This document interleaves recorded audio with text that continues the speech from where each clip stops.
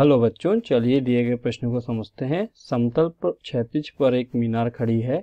इसके ऊपर 5 मीटर ऊंचा एक ऊर्ध्वाधर ध्वजदंड लगा है। समतल पर स्थित एक बिंदु से ध्वजदंड के पाद तथा शिखर का उन्नयन कोण क्रमशः 30 डिग्री एवं 60 डिग्री है। तो मीनार की ऊंचाई ज्ञात कीजिए।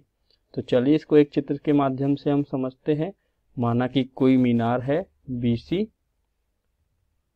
वह समतल पर, यह हमारा समतल है। मीनार के ऊपर एक ध्वजदंड लगा हुआ है, कोई AB ध्वजदंड लगा हुआ है।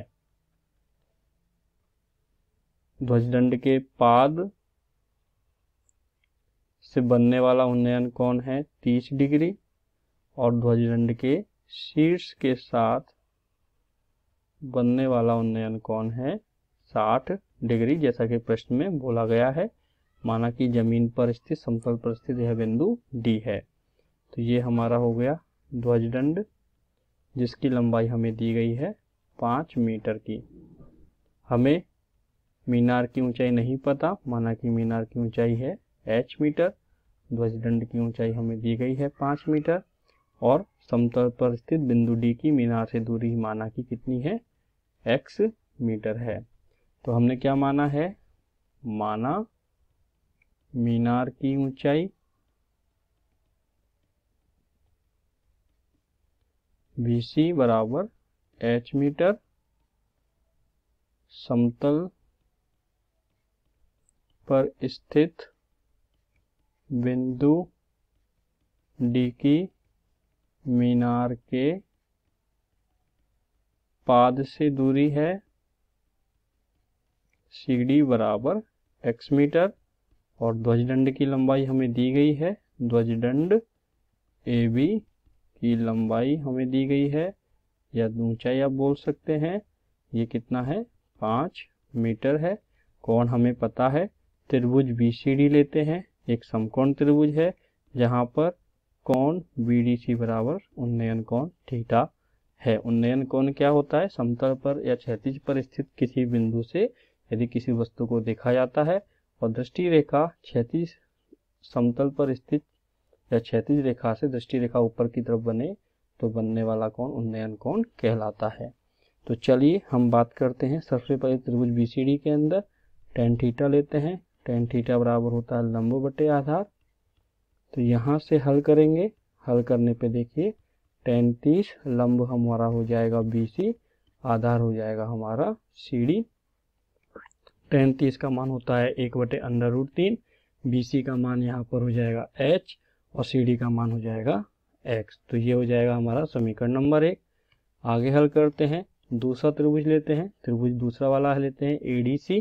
त्रिभुज ADC के अंदर देखेंगे, यह भी एक समकोण त्रिभुज है। कोण ADC बराबर 60 डिग्री अर्थात ध्वजदंड के शीर्ष का बिंदु D से बनाया गया उन्नयन कोण है। tan थीटा लेंगे, tan थीटा यहाँ भी हो जाएगा लंब बटे आधार। लंब हमारा हो जाएगा थीटा के सामने वाली भुजा अर्थात tan 60 डिग्री के सामने वाली भुजा हमारी है AC और आधार हमारा है यहाँ पर CD। देख सकते हैं आप। देखने के बाद AC बराबर हो जाएगा AB प्लस BC अर्थात 5 प्लस H। AC बराबर क्या हो जाएगा, AB प्लस BC।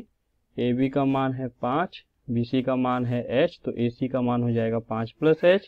tan 60 को हम लिख सकते हैं √3, AC को लिख देंगे 5 प्लस H और CD का मान हो जाएगा X। हल करेंगे तो 5 प्लस H बराबर हमें क्या प्राप्त हो जाएगा, X √3। ये समीकरण 2 है। समीकरण 1 से H बराबर क्या रख सकते हैं हम, यहाँ से हम देखेंगे समीकरण 1 से H बराबर X/√3 समीकरण 2 में रख सकते हैं। तो H बराबर X/√3 समीकरण 2 में रखने पर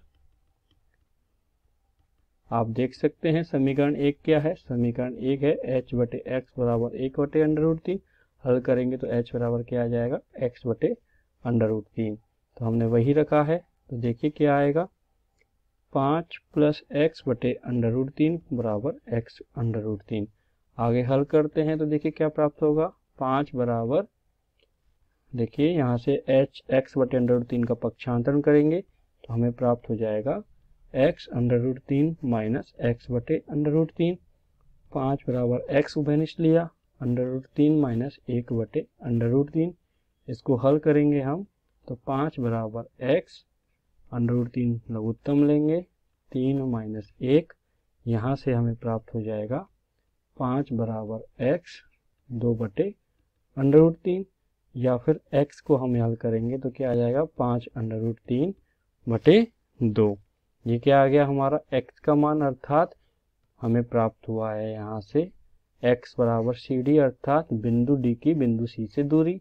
x का मान हमें प्राप्त हो गया है। h का मान निकालते हैं तो समीकरण 1 से बात करते हैं हम।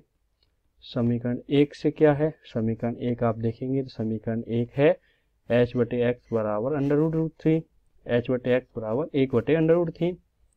देखिए h बटे एक्स बराबर 1 बटे अंडर रूट 3 है तो h बराबर क्या आ जाएगा x अंडर रूट 3।